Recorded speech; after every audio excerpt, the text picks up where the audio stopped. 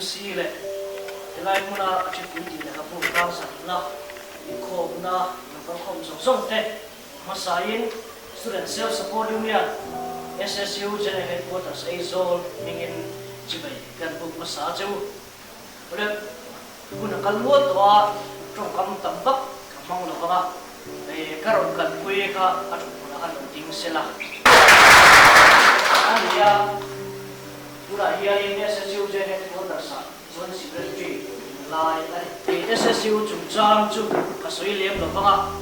acham chu kan SSU leader ten e program so hiarin hun ke dom thawin ka ria chumini ba chuanin kan le lam satta chanchin kha them zo an soi kan wa hei kan le buziak tu achi pui ti tu buziak tu rain chin sa mai sa ko pai che ka helai kam hian kan sui masa duli acham chu le ka bu hi sam ni so pakhat so pani ku be khanin sia ka lo tum be to amaro chu các lộ chậm chậm đó đi, chú mình các sợi chân là chú lệ khắp xia har sat xia, các sợi na anh ya, chú mình cả là chú anh fourth semester chú lại long play Catholic college, chú lại na lệ khắp bu, quy tính tập tu, hết dân thì lệ số mà sari lại mấy anh xia thì các chuông đến thì cả các sợi đó, tin SSU chú lại mà đi tập được tung bol Queen Queen về lấy cái gì kan moto này thì xin na ta làm anh tổng điều gì đấy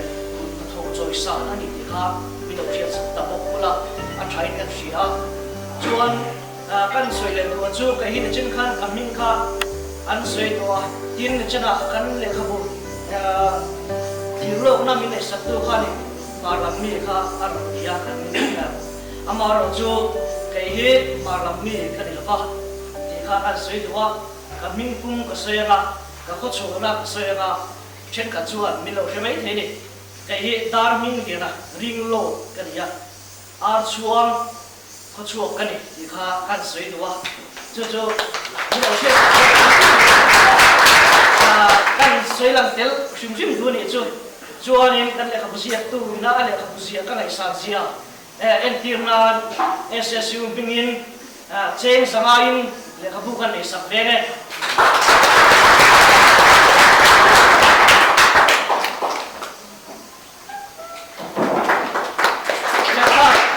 ma so kan ni sila na kina hem so lam panga SSU mingin program ala le dong to gawin kha so ka ka soi tek to ni sila kun lu tak pe gawin ka lo ve